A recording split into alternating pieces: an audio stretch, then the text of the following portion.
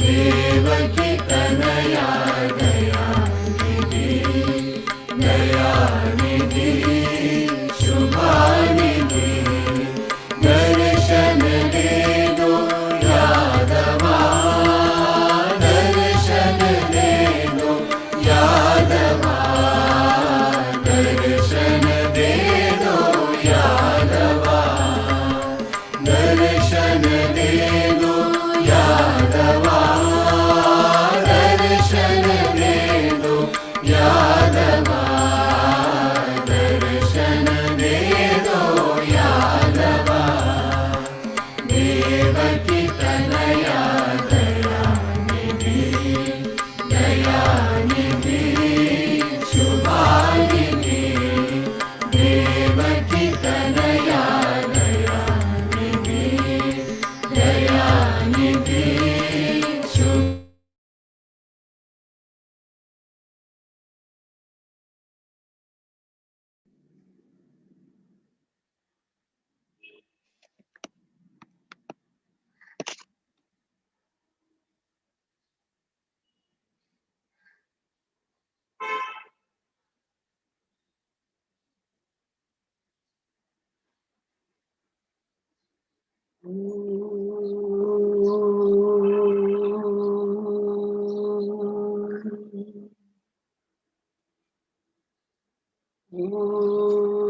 सहना भवतु सहनौ भुनक्तु सह वीर्यं करवावहै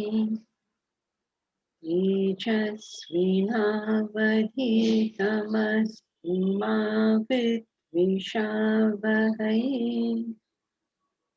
ॐ शान्ति शान्ति शान्तिः.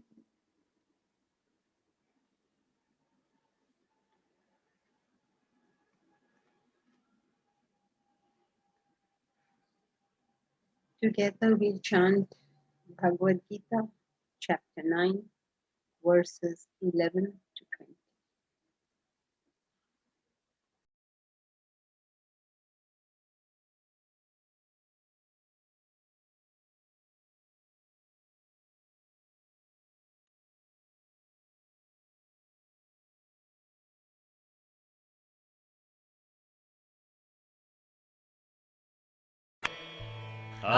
अवजानन्ति मां मूढाः मानुषीं तनुमाश्रितम् परं भावमजानन्तः मम भूतमहेश्वरम्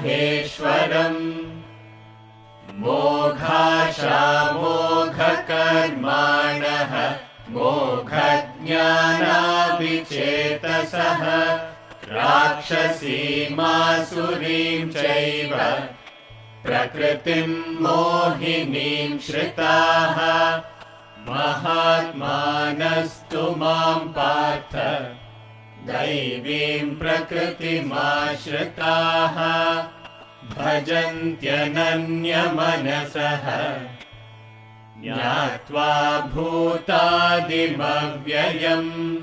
सततं कीर्तयन्तो मां यतन्तश्च दृढव्रताः नमस्यन्तश्च मां भक्त्या नित्ययुक्ता उपासते ज्ञानयज्ञेन चाप्यन्ये यजन्तो मामुपासते एकत्वेन पृथक्त्वेन बहुधा विश्वतो मुखम् अहं क्रतुरहं यज्ञः स्वधाहमहमौषधम् मन्त्रोऽहमहमेवाज्यम् अहमग्निरहं हुतम् पिताहमस्य जगतः माता धाता पितामहः वेद्यं पवित्रमोङ्कारः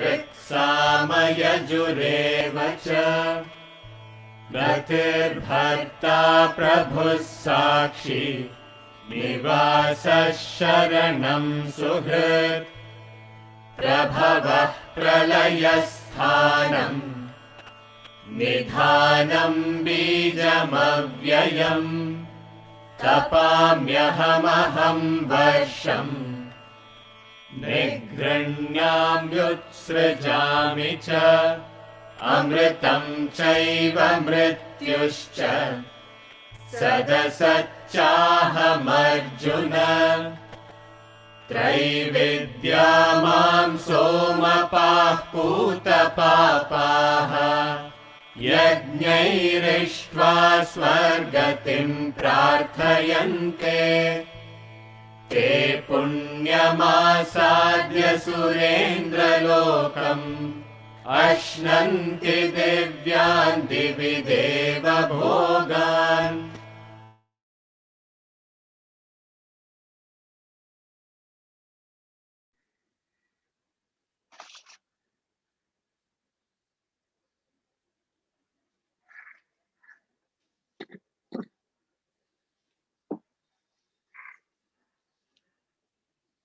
We are approaching the center of the Bhagavad Gita. We are almost at the halfway mark.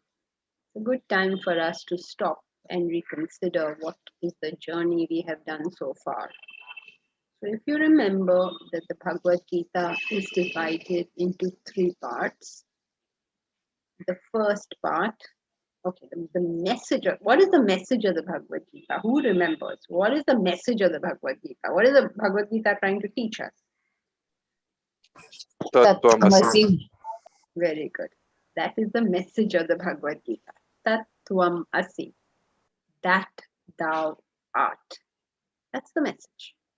The whole book is written with only one idea, which is to communicate this truth. When I say whole book, I mean, of course, the Gita, but also the Mahabharata, also Ramayana, also the Vedas, also the Puranas. All of it is all meant to communicate that one ultimate truth, Tattvam asi, that thou art. You are that God, that truth, that reality that you are seeking all over the place. Now, we are all at different levels when it comes to seeking that reality, and therefore different kind of methodologies are given to us. Not only are we at different levels, we also have different types of personalities. So there are all sorts of different permutations and combinations of this thing. But what is the end of the journey? The end of the journey is to understand that that ultimate truth, that ultimate reality, that God, which is what people call God, is us itself. This is the end of the journey. Now, the Bhagavad Gita is written to explain this idea. Tat Tvam Asi. Tvam means you, the individual. The first 6 chapters of the Bhagavad Gita explain this word, Tvam. The next 6 chapters explain Tat, that, God. What is that reality? And the last 6 chapters, explain the Asi part, that relationship. So the Bhagavad Gita, with its message, Tattvamasi, is usually divided into 3 parts of 6 chapters each. First 6 explaining Tvam, you, the individual. The second set of 6 explaining Tat, that, the reality. And the last part, the last 6 chapters explaining the relationship. So that is how the book is constructed. So in the first 6 verses, you see the transition of the individuality, right? So what's the lowest state you can be in is in the state of tamas. So that's the state Arjuna has reached. He's in a tamasic state. He cannot act. He has crumbled. He's fallen. He can't move. He can't do anything. He's incapable of action. Okay, and then he gradually, he graduates slowly. He's explained what is action, what is karma yoga, what is renunciation and action, and slowly from action. So first step of every individual, the lowest step, is to be tamasic. Then we come into action. Little bit of desire in action is also introduced in the Gita, because that's the transition we are going to make. So a little bit on desire in action. When you read that portion, you think, why is the Gita talking like this? It says things like, if you don't fight now, you will lose your good name. The other Maharathis will mock you. Like, what kind of motivation is that? But the fact of the matter is, we will all of us go through this. And the great thing to learn out of that also is that, wherever we are, whatever we are, whoever we are, whatever is the condition of our mind, we can use it to move forward. Instead of saying, I shouldn't be this and I shouldn't be that, it is better to say, okay, this is what my mind is interested in. How do I use this to bump myself up a bit? It's always more productive to see how to use things rather than how to criticize things. So you use that, even that selfish tinge in us. We all have a selfish tinge. We should be able to use it to push ourselves forward. So, like for instance, if you feel very competitive, you find that you're always trying to compete, then compete in something good at least. Compete and saying, oh, these people have been getting up every day in the morning. I should also do that. So you use it for your benefit, you use it for your evolution. Or if you get angry, then use it at the right time, use it in the right place. For the benefit of people around you, because not everybody is capable of getting angry and being aggressive. And angry and aggressive people are very useful in the right place at the right time. So use all this, whatever you have, but use it for something higher, something better, something nobler. And so then we get, sort of taken forward in our journey. So the lowest step is tamas, little higher than that is rajas. And then slowly starts getting introduced into our general lives a bit of sattva.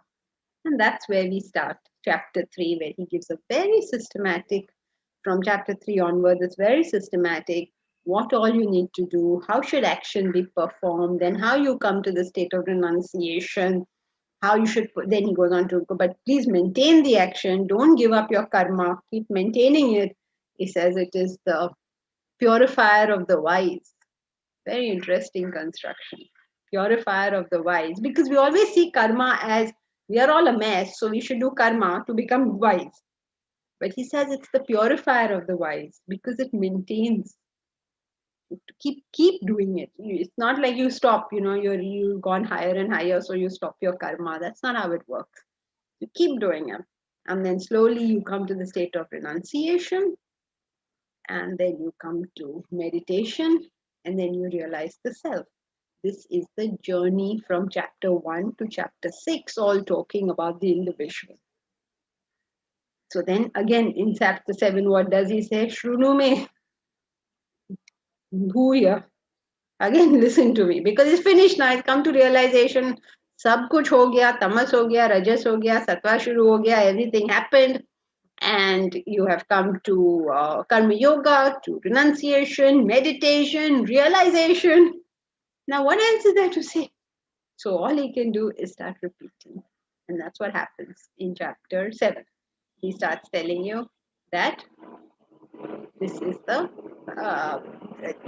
then I'm going to tell you again. So what can he tell you again? He tells you about the nature of that goal that you're aspiring for, as you can see. Now again, so this whole 6 chapters really talking about God. Chapter 9, obviously, you're about to see it. We're going to step into that position where he goes on saying, I am this, I am that. He'll do it all through chapter 10. And then in chapter 11 is the famous Vishwarupa Darshana. So now what is he saying? He's saying, I am all these things. And then in chapter 11, what is he saying? 9 and 10 sort of say, I am everything. And then 9, of course, gives some more sadhana also, but 9, lots of it has this thing about I am this, I am that. 10 is almost completely that. I am this, I am that. Basically, he's telling us he's all pervading. That's all he's saying. And then in chapter 11, very interestingly, instead of saying, I am this, I am that, to show us he's all pervading, he shows a form in which everything is. It's the same idea that he is all pervading. Everything rests in the self. It's the same idea. But one goes about it in an analytical way. Analytical way means you break down each thing. You say, I am this, and this, and this. And then chapter 11 is like a synthesis. He puts it all together and says, I am this. I mean, all of it. In case you missed it and you said, oh, but I don't know whether this laptop is Brahman or not. So he says, look, whatever you can conceive, it's all in this form. So that's chapter 11. And then, of course, chapter 12 is Arjuna's famous question. On one hand, Arjuna never understands anything. So he said, hey, one hand you told me you are all pervading. One hand you're telling me I am a form. So which one do you want me to worship? Should I worship the form or should I worship the all pervading reality? So Krishna, with his infinite patience, starts all over again explaining it to him. So these are the second of the 6. And then come the last 6, which explain further about that relationship. Okay, so what is it that he wants to tell us here? It must be very clear to us. He's telling us the nature of the Lord. He's telling us he's all pervading. And he's going to keep telling it to you until it is drilled into you. And if it is drilled into you one day, then you will see everybody with a sense of worship. How can you feel that the Lord is there and not feel a sense of worship? So you talk to everybody, you transact with everybody with that sense of worship. Every transaction with everybody is with a sense of worship. So that means that you are acutely aware of what you are saying or doing and how that affects other people. You're acutely aware. You may be following rules, you may be doing right things, but how is it impacting those who have to deal with you?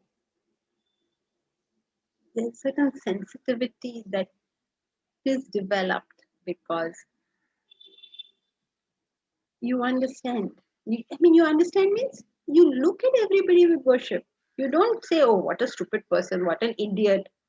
Even when they are stupid and idiot, and even when you say they're a stupid idiot, even then there's a sense of worship. Because people are stupid and they are idiotic. Everybody cannot be wise. Everybody cannot be doing the right thing. But you can still look upon it with a sense of worship, with a sense of identification. It doesn't always have to depend upon the characteristics of the other person. Your attitude is not dependent on the characteristics of the other person.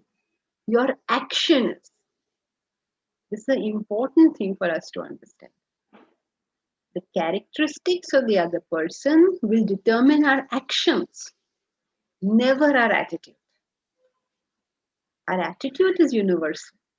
It's always loving. And if you understand that the Lord is all pervading, how can it not be? How can you be more concerned with your own body, mind, intellect to the extent that you absolutely ignore somebody else's? How can that be? When you understand that myself is the same self as in everybody else. So, verse 17. So, wait, where did he say Vishwato Mukham? He said in verse 15, he told us what is Jnana Yajna? You understanding the Lord in a certain way.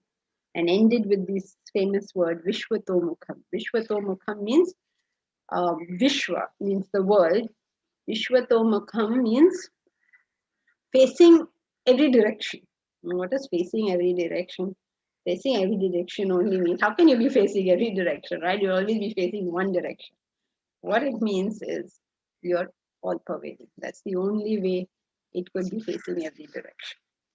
So now how to explain that? So he says, Aham kratu, aham yagnya.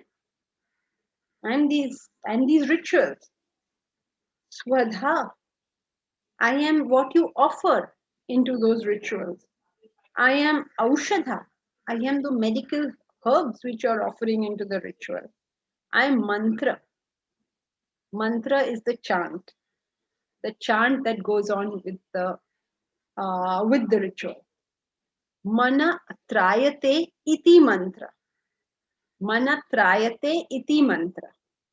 It is a samas. What it's saying is that what does it word mean? Manaha trayate iti mantra. That which protects the mind is a mantra. So you do some ritual, any ritual, whichever ritual you're doing, and then you may have noticed that every time you do a ritual, you're supposed to say something, right? When you do your ritual, whichever ritual it is, whichever religion it is, you say something when you do that ritual. Why are you saying something? Why don't you just do it? Mana trayate iti mantra. Whatever protects your mind. That means, suppose you are just physically doing something, then the mind can go off and do something else. So the mind has to be chanting that mantra as well. So that your mind and your body are in the same place. It's a training for that. Otherwise, mind is one place, body is another. For instance, all of us who are in this class, our body is in one place. We can identify where that body is. Where is the mind? Na jane. No idea. Where is this mind? So if you really think about it, you think about what is a mantra. You know, the guru is supposed to give you a mantra, and they'll give you a mantra like Om Namo Bhagavate Vasudevaya, or Om, or Hare Ram, Hare Krishna. Some mantra the guru gives you. Now, what is this mantra? It's actually nothing but your own goal, isn't it? It's just your goal formulated into some words. So eventually, if you think about it, what is the one thing that protects your mind is Your goal? your goal. Oh, good. Now, if you say the mantra but you have no goal, it is not really a mantra. What is the use of that? So mana trayate iti mantra. You know, one of the most interesting things of Sanskrit is this nirukta. Nirukta is the formation of words. And it's really a fascinating study. How do they get it? How do they figure those words mean that? Is something like really fascinating. I seriously recommend none of you go into that because it is too distracting from the philosophy. But each word that is used is so beautiful meaning. Like the word phala, for instance. The word phala means that which perishes in various ways. That's the etymology of the word. That which perishes in various ways. And that's interesting. So what is it saying? It says don't seek the phala means don't seek the perishable. You know, we say, oh, we should not seek the fruit of action, and we behave like, I don't know what, some moralistic teaching. It's not a common sense. Why are you seeking the perishable? When you know something is going to perish, what are you putting your life and soul behind it for? Doesn't make sense, right? So just if you understand the meaning of the word, all the superstition around religion will go away. Now you say, oh, don't seek the fruit, like as if it's an instruction from somebody. It's not instruction, it's an understanding that I'm seeking this thing which is of a perishable nature. I must understand that. And if I do seek a thing of a perishable nature and it does perish, then I have to be prepared for it. I sought it. Nobody's telling you seek it or don't seek it. They're only saying, please understand what you're doing. That's the big difference between studying Vedanta and anything else. Vedanta only says, please understand what you're doing. That's all there is to it, nothing else to it. So, you remember where we were? Talking about the rituals, talking about Pala, mantra. Mantra. All pervading. Yes, we are on mantra. Please don't. Okay, look, I am free to take this wherever I want. You are not free to go wherever I want. You stay on your track. Don't get involved in anything else. I have freedom, whatever I want. Any human being is free to say whatever they want. It's your job to stick to your point. Don't let anyone carry you away. But when you go off the point, that's when it starts becoming interesting. Just following the lines of thought supporting. You have to stick to it. The mind will get interested. That's the time you ask yourself, excuse me, what is it I am really studying over here? Not lose track. So we are discussing verse 16. Remember why we're discussing verse 16? Because he's explaining all pervading. So what is he saying in this verse? He's looking at the ritual and he's saying, I am every aspect of that ritual. I am the ritual. I am the offering into the ritual. I am the mantra that is being said along with the ritual. I am the ajam. I am the clarified butter and the ghee. And the ghee which you are pouring into the ritual. I am the Agni itself. I am the fire in that ritual. I am the Hutam. I am the Hutam is the what is burnt after the ritual is over. I am every bit of it. Just telling you in one word that God is it all is pervading. All pervading. all pervading. Now, if you hold on to that one idea, you'll understand the rest of it. Pitahamasya jagataha. Jagataha, possessive form, for those who understand what I'm talking about. Jagataha, of the world. The sixth vibhakti. What am I of the world? I am the Pita. Asya Jagataha. I am the father of this world. Mata. I am the mother. I am the Dhata. I am the holder, the supporter. Dhata, जो धारण करता है. Pitamaha. Pitahama means ancestor, grandfather. Right? So when he says, I am the father, I am the mother, means I am the spirit, I am the matter. Because it is this combination that makes for the world. Father is spirit, mother is matter. That's why you have Shiva and Parvati. Purusha and Prakriti. Purusha is the inactive principle. Prakriti is the active principle. Why is it associated with the mother and Purusha with the father? Obviously, because the father is less active, let us say. Mother is a more active principle in the birth. So, I am the father, I am the spirit, I am the inactive principle. I am the mother, I am the active principle. That is Shiva and Parvati. So Shiva is the inactive principle. He represents the self. Parvati, also known as Annapurna. You know Annapurna? She's the provider of food. What is the food? Your food is what? What is your food? Yeah. What is your food? God. Nourishment. Nourishment. Okay, now but then what is it? You've given me maybe a synonym, but what is it? What's your food? Sense perception. Huh? Sense perception. Is that all the food you have?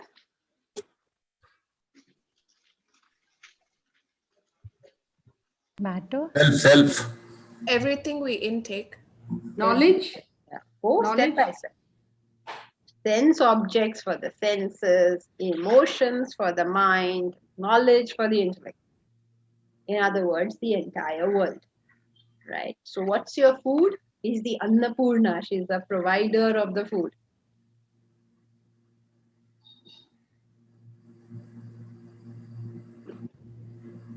Means, basically, it means matter. Okay.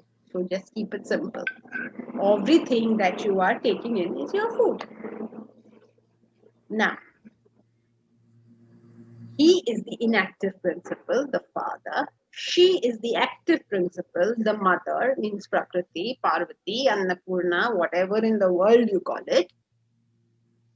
And then there is something beyond all of this. Look at this hand. This hand has got two things happening in it. There is the self in it and there is matter in it. Correct? However, the self extends way beyond this hand. Similarly, in the world, there is the world, the universe, and the self backing that universe. But God exists beyond. The self doesn't exist only where the universe exists, right? It exists well beyond. So he says, I am beyond the world. I am the world. I am what makes up the world. I am the spirit. I am the matter. I am also that which exists by itself when there is no world. Imagine the world is destroyed. Will the self be destroyed? The self will continue, right? Think about it as the mind in the dream. In the dream, I am everything you see. I'm also in the dream everything you don't see, because the mind has projected the dream. But does the mind restrict itself to that dream? No. Mind is well beyond that particular dream.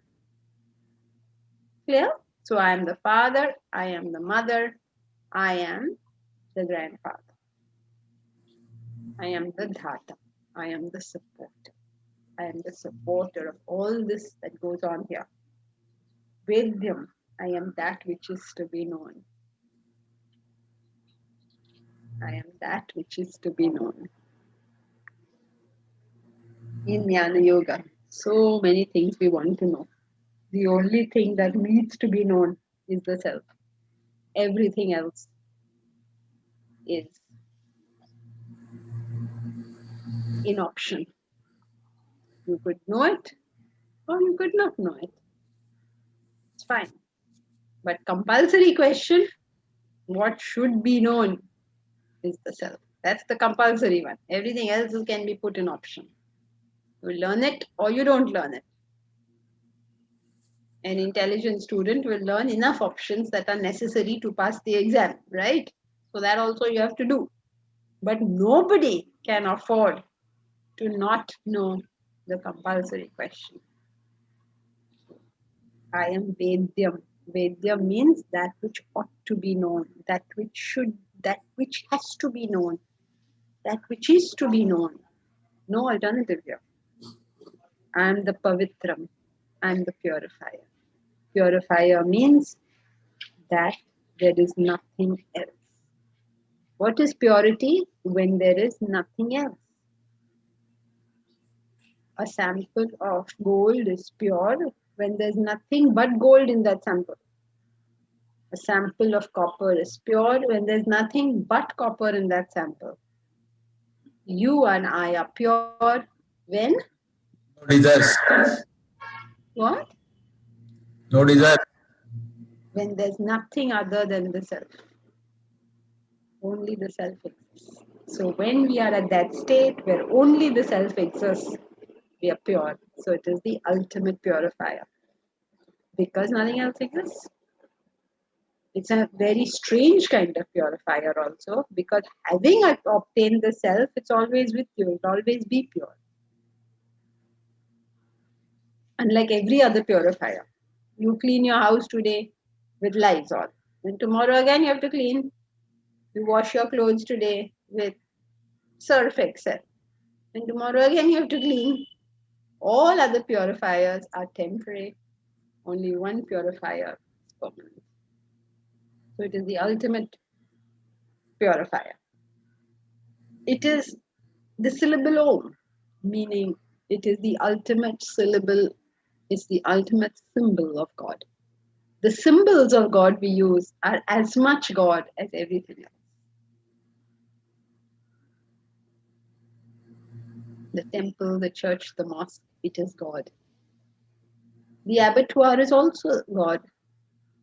The sage is God, the sinner is God. It's all only God. There is nothing else. So all the symbols are God. Ruk, Sama, Yaju are the three Vedas. They are the methodology of reaching God. They are also God. So basically, what is he saying? Everything is God. The symbol is God, the methodology is God, everything is God. Okay, so three Vedas refers to Rig Veda, Sama Veda, Yajur Veda. Rig Veda is the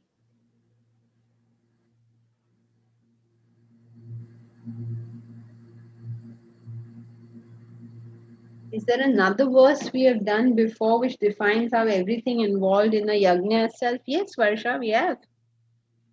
Brahmarpanam, Brahmahavi, Brahmagnav, Brahmanahutam. Forgot. Why are you asking? I forgot. I remember we did something, but I couldn't figure out where. Chapter 4. Thank you. So, play, but Varsha, don't worry about the others. Worry about this one. Jo gaya, so gaya. Abhi I is know. It was bothering. Yeah, sorry. Ruk, Sama, Yaju. Ruk, Rig Veda, is the Veda which is the oldest one and has most of the mantras. The other Vedas largely just repeat those mantras. It's made out of 10 chapters, of which 1 in 10 are considered relatively recent. When we in India, when we say relatively recent, we are talking anyway thousands of years ago. Okay, it's not like a relatively recent mein kal parso kuch likha hai. No, everything is on thousands of years only. So relatively compared to the rest of the text, which is very, very ancient. And how do you know it is so very ancient? From the language, because language changes.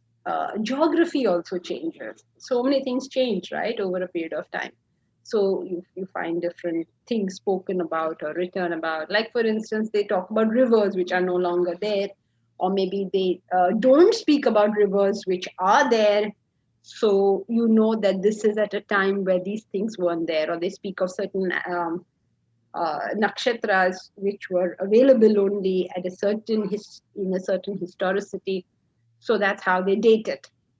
So it's very old. The other Vedas repeat the mantras. Now, what happens in the Yajur Veda is it's a lot about the rituals that have to be done along with those mantras. So, what will you do with the mantra? You do some ritual along with the mantra. And then Samaveda is the Veda for music.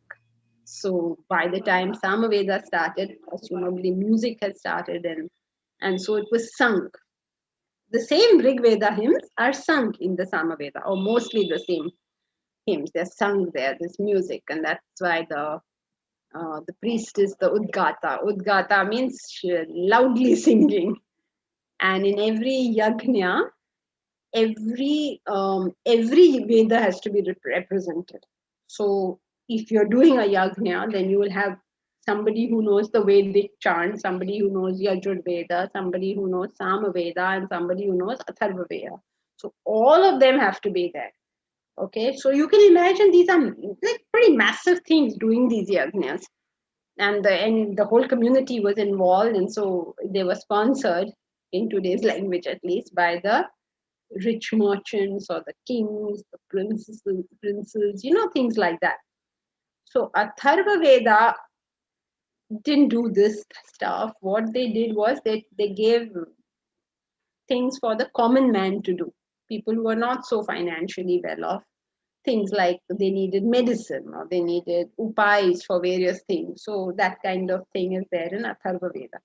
So at that time, Atharva Veda was more recent. So it was considered like, this was also thousands of years ago only. It was considered to be the kid brother sort of thing. And from Atharva Veda then came Ayurveda, which dealt largely with medicine and things like that. So the whole point of the Veda is to realize the self. So you do all this. At that time, when you spoke about the all-pervading reality, you spoke about it in a very different way. That time, God was Indra. You can imagine, right? Their most powerful god was the rain god, the lightning, the thunder, because it was agrarian society. So who would be the most important person? What would be the most important thing? It would be the rains, because on the rains, everything else is based. So Indra was the most powerful god. And another very powerful god was Agni, because Agni was supposed to was a messenger to the gods. You put something into the fire and he was supposed to take it to the gods. It's the same basic idea if you get it. The same all-pervading reality they've told us in millions of ways. So Vedic times they said it in a particular way. Puranic times they said it in a particular way. Bible will say it in one way. Quran will say it in one way. The Dhammapada will say it in another way. The Zen Avastha will say it in another way. Everybody is saying the same thing. If we get it out of one place also, we'll get them all. Don't have to go on reading each one of them. Same idea. Just study one thing. Same idea. Which is that the self is all pervading. And another very beautiful Vedic concept, since we are on the topic, is the concept of the great god Varuna. Varuna has very few mantras to him. He's supposed to be a very powerful god and everybody is very frightened of him. He's always spoken of with, like, Indra is spoken of with as the hero, your hero worshipping him. But Varuna is spoken of with dread, with fear. You don't want to talk too much about him because he has spies everywhere, and those spies will go and report to Varuna whatever you have gone and said about him. And you make any mistakes, Varuna will take care of you. So it's a very frightening sort of god. But if you understand it, it's such a beautiful construct. This frightening god, what is he? He is the lord of the Ritus. He is the lord of the seasons. He is the lord of order. Interesting, no? Lord of order means law of causation, means things will follow their natural cycle. You cannot break that. Okay, you sow the wind, you'll reap the whirlwind. So don't fool around. Okay, character is what you are when you know nobody is asking and nobody is seeing. That's character. The capacity to do the right thing, regardless of who knows about what you're doing. If you worship Varuna, you understand the natural order of things, then you won't break it. You won't do selfish things. You won't take people for granted. The sense of giving back, the sense of doing whatever needs to be done for others will be heightened. Because you understood there is an order here. This is a cosmos. It's not a chaos going on. Okay, so that is a little bit about the Vedas. I don't know how much you already know about the Vedas and whether I was simply repeating everything you know, but that's for what it's worth. Now, verse 18. Okay, somebody wanted to say something? Janki, I want you to say appreciate this knowledge on the Vedas because I personally don't know much. So any pearls of wisdom are very appreciated. Oh, okay, thank you. Who said that though? It's Huh? Malti. Okay. So that's it. This is very brief. We can't discuss Vedas right now. One day, if you are in the Sanskrit class, maybe you will reach doing the suktas of the Vedas. Hopefully, we'll reach there. First, people have to learn the Sanskrit. Then we can do the suktas of the Vedas. But we'll do it, I guess, one day, someday, somehow, somewhere. Thank you. Okay. So verse 80.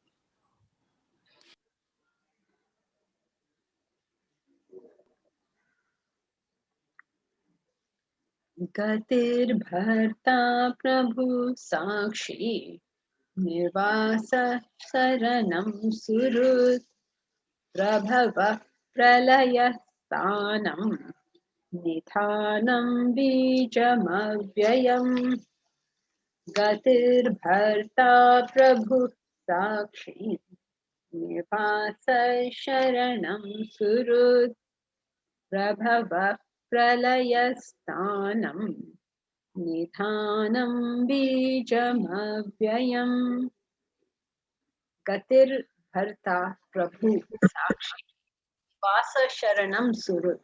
Gatihi means I am the goal. Bharta, I am the supporter. I am Prabhu, I am the Lord. Okay, so from going from this object to that object, he is now gone to I am the goal. What is the purpose of human existence? I am that goal. Why is the self our goal? Because it is. Every one of us only wants the self. We want nothing else. In every way, we want only the self. If you ask yourself, who is the most important person in your life? Who is that person? Who is the most important person in your life? Myself. Me. Myself. Always myself. So it is your goal. The problem is that instead of understanding the self as the goal, you understand the body, mind, intellect as the goal. That is called being selfish. So what you're actually doing is superimposing the natural feeling of yourself being the goal to the body, mind, intellect. Because now you say, I am the body, mind, intellect. So body, mind, intellect becomes all important. But that concept about my own importance is because you are the most important person. Who else is? It comes from basic instinct. Everyone has it, right? Not only human being, every animal has it. But when you think of yourself as the body, mind, intellect, that's when the problem starts. That's what is called being selfish. That's what's being called having low values. That is what is called being material, unspiritual, whatever word you want to give. We are hypnotized. What? We are hypnotized. We are hypnotized. We have hypnotized ourselves. We are not hypnotized. We are hypnotizing ourselves every moment. We're doing it ourselves. This is the other thing we have to get. We are doing it ourselves. So since we did it ourselves, we can get out of it ourselves. So we are constantly superimposing the importance of the self onto the body, mind, intellect. So all he's saying is the self is the goal. It's simple, it's obvious. This is about Vedanta. Everything is just obvious, right? What's not to understand? It is the bharta, it is the fulfiller, it is the filler, it is the supporter. Isn't it? Isn't that a fact? When your mind shifts from the body, mind, intellect to the self, even if it shifts for 5 minutes, you will feel completely fulfilled. You will feel supported. It's just facts of life. It's the Prabhu. What is Prabhu? Prabhu means Lord. What does Lord means? Lord means the Lord of something is that which makes that thing happen. So the Lord of a bulb is electricity. The Lord of the car is petrol. the Lord of this body, mind, intellect is the self. It is by the presence of the self that these things happen. It is the Lord. It is the energizer. It is the enlivener. It is the controller. Let the Lord go away. None of this is going to happen. It is the Sakshi. The way he places things is very interesting. It is the Lord. Means because of him it all happens. It is the Sakshi. Means because of him nothing happens. You understand how this works. Because of electricity, every electrical gadget works. But electricity doesn't actually mean light or hot air or sound or anything. And yet, without the electricity, there would be no light, there would be no air. Means no breeze from the fan or cool air from the AC. There wouldn't be any of this. And yet, electricity has nothing to do with it. It is the Sakshi. So Sakshi Bhav is usually means two things. The most common example for Sakshi is the sun, because without the sun, nothing happens. And the sun is never affected by anything that does happen. So Sakshi usually people understand, it's translated into English with the word witness. And many people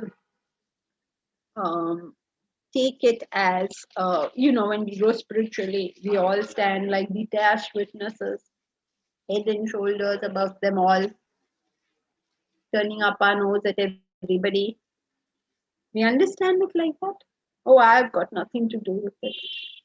I am totally detached from all of it. This is called tamas, because it is indifference. Rajas is totally involved with it. Sattva is, there is a detached kind of caring. You care, but you're not involved. So the state of the self, the Sakshi is, he does everything, but he is not affected. Never what happens. And every great person is like that. That is greatness.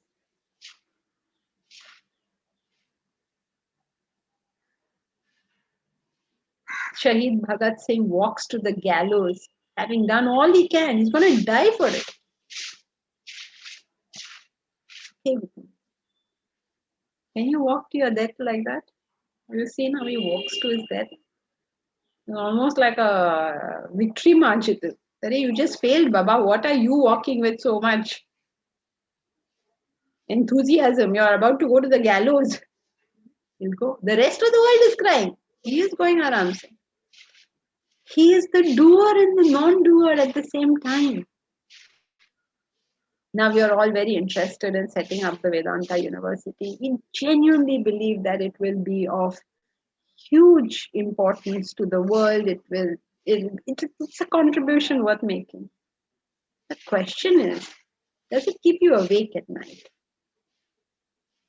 If it does, you ought not to be building a Vedanta University. So, can you walk to your path with every ounce of energy given? You won't burn yourself up, but you're not involved whatsoever. If you could do that, if anyone could do that, I mean, you have character. But if you notice, the least thing we touch, it starts touching us. The least thing. You go to an office, that office will keep you up at night. You have a relationship, the relationship keeps you up at night. The least thing touches us. To be doing all those things, like, don't do it in some superficial way. It's not in a superficial way. You do it from the bottom of your heart. You do it as if your life depends on it and you're not involved. Sounds tough, no? How can you do it as if your life depends on it and you're not involved? That's greatness. You do it like your life depends on it, but you really don't care. In the Gita, he says, we work in this world.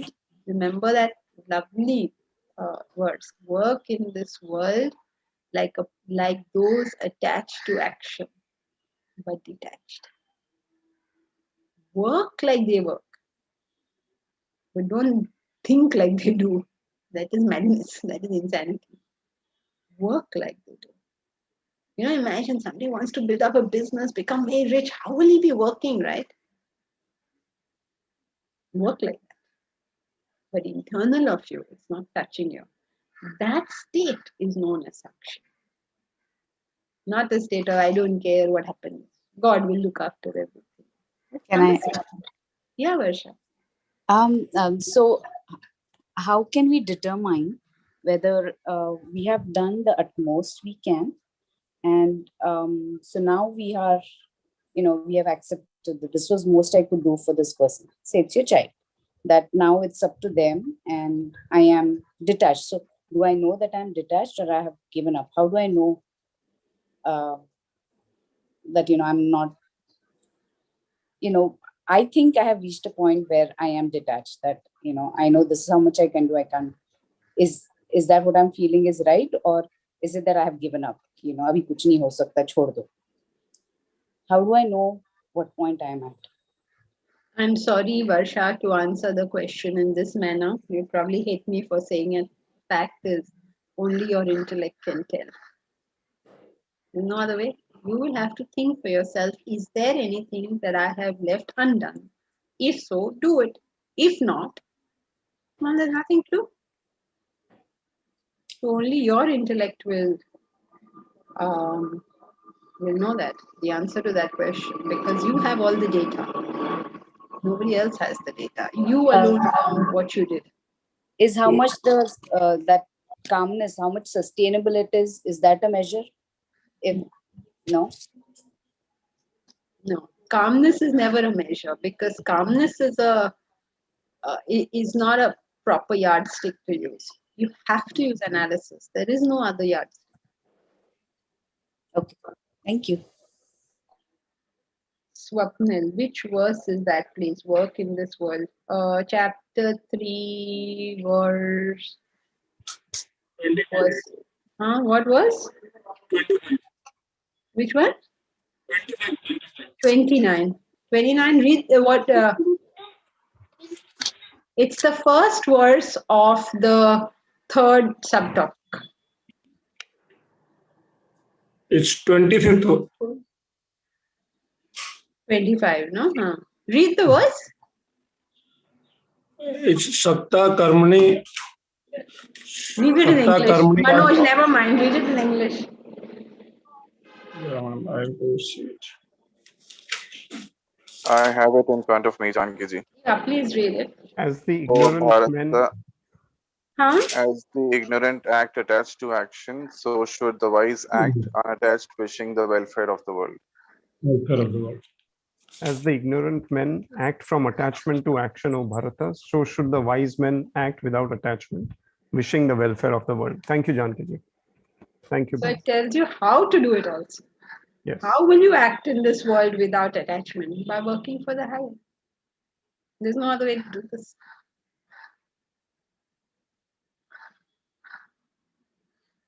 Okay, so we have witness. Nivasa, it is the abode. Naturally, it is the abode. Everything is resting in it. So what will it be? It has to be the abode. Sharanam, it is the shelter. That one thought of God is your shelter. Nothing else is. Whatever is your higher thought is your shelter. Everything else is the problem. The higher thought alone is the shelter. It is Surut. Surut means it is your friend. It's your only friend.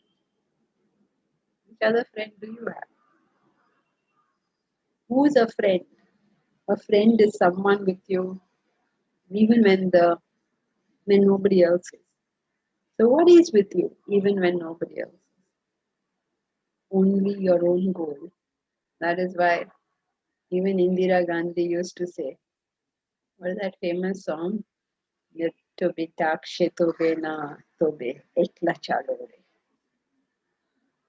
Generations of Indians have, even we don't even know Bengali, but we're still all inspired by that. If nobody walks with you, then walk alone. Because truly you're never alone. The self is always there. Tobe dakshe tobe na tobe ekla chalo re. So it is your only friend. When you have nothing, even your body doesn't support you. The only friend is the self.